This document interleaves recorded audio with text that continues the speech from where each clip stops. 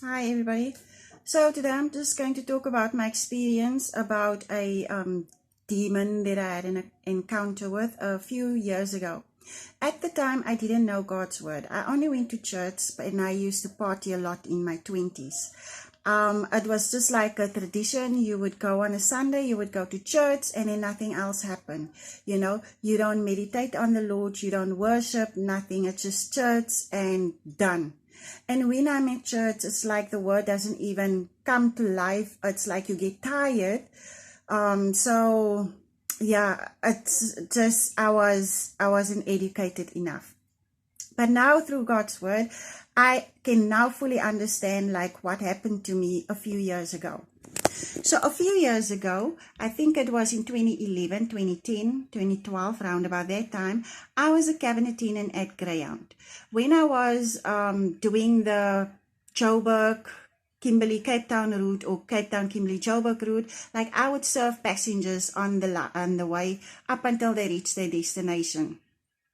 So when we were reaching our destination in Joburg, hostesses always used to talk about one specific room in that flat that was haunted, and nobody used to sleep in it. And myself, I would be like, no, I'm too scared. I'm going to go sleep in my room. Nothing ever happens to me.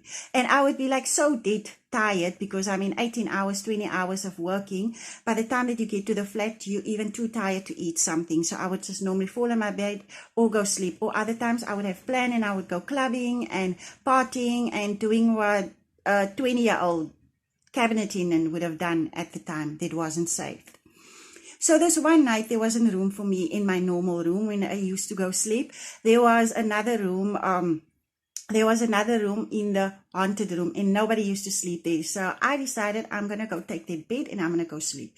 But I didn't think of anything, I was too tired of thinking of anything, and I went to go sleep. So that one night while I was sleeping, I saw a spirit in that room, and I saw the spirit that was pulling me down, that I couldn't breathe. And, the lady, the one side of that lady's face, it was burnt, and she had white clothes on. It was a white lady, white clothes, and she was, around in the room, like she was, I don't know what was the spirit trying to tell me or choke me. And I got so scared. The moment that I woke up, I couldn't sleep. I left the room. I don't even remember, because that was like a terrifying experience in a whole.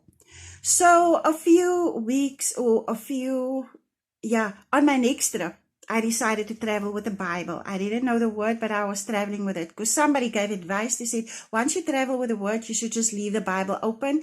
And also, before you go sleep, you put shoes in front of the doors. That way the spirits don't enter your room. Whenever you go sleep, they would think that somebody's standing there because they're seeing the shoes. So I took that advice, and now this time around, I'm not sleeping in that room anymore, because I've already experienced that. So I slept in my normal room, and what happened was another spirit, which wasn't the lady. I couldn't see this one, but this one tried to literally choke me, and I could scream.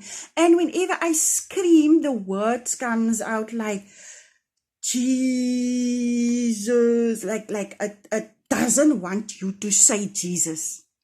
It does not want you to say Jesus. And I was the lady in my room was saved, and I called her name. I said, I can remember that I called her name, and I said, Felicity, someone is pulling on me. I can't sleep. And she said, just pray.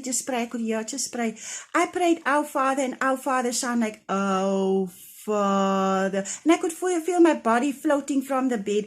And the moment that Our Father came out, it hit me down the bed again.